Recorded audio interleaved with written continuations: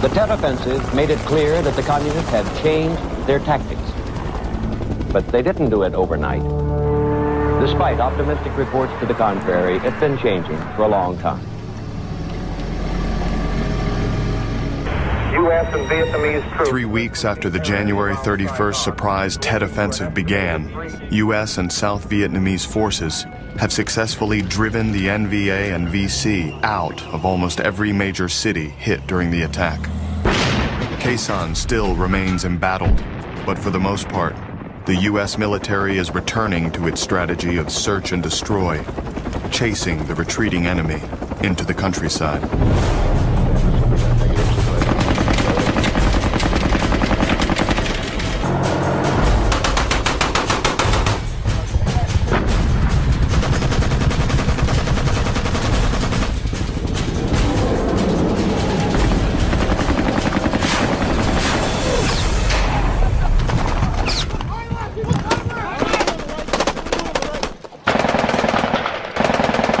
Second Lieutenant Barry Romo is back in the field outside Chu Lai, where it is believed that several hundred enemy soldiers who fled the city are now hiding.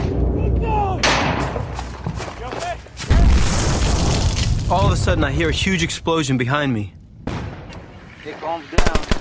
Everyone hits the ground.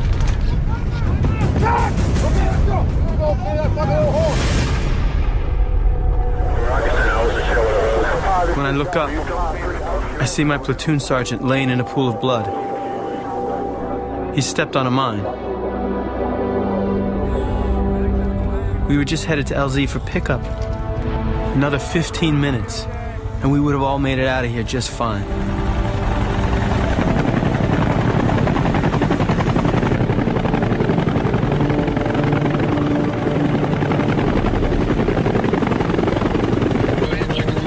As we're getting loaded, one of my men tells me there's someone looking for me.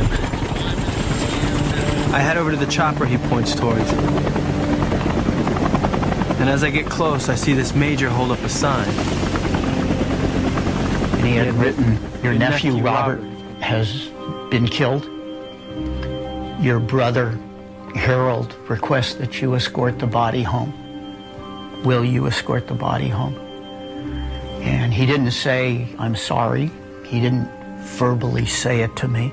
He didn't have the decency of a human connection. He had to write it down.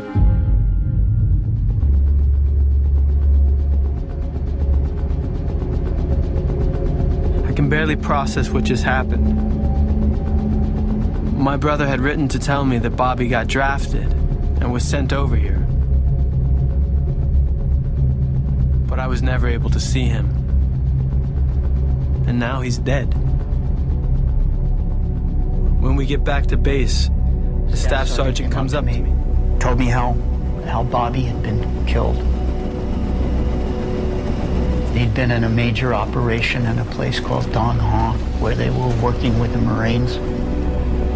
A friend had been shot, and just like in the movies, he had stood up and ran to help his friend. And he got shot in the throat, drowned in his own blood.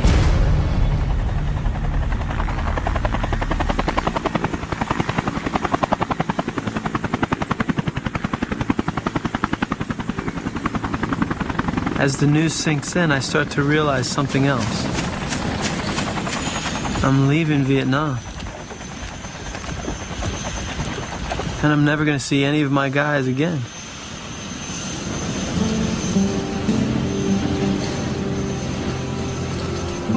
What's going to happen to them when I'm not here? I don't know. Who's going to take care of them and make sure they get through this thing alive?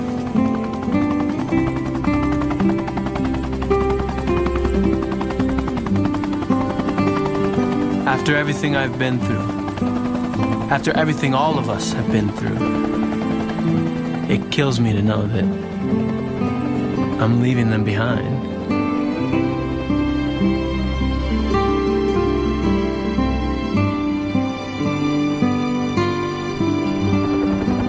When I went to Vietnam, we thought we could win.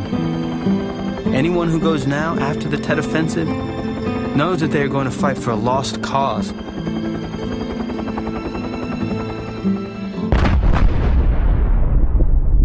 Tet Offensive becomes a turning point, not only for the U.S. military, but for journalists covering the war.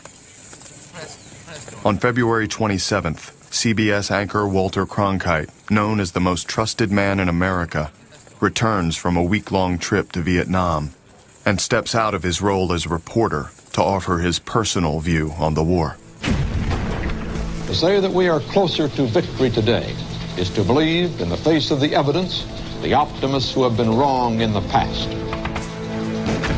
To suggest we are on the edge of defeat is to yield to unreasonable pessimism. To say that we are mired in stalemate seems the only realistic, if unsatisfactory, conclusion. But it is increasingly clear to this report that the only rational way out then will be to negotiate, not as victors, but as an honorable people who lived up to their pledge to defend democracy and did the best they could.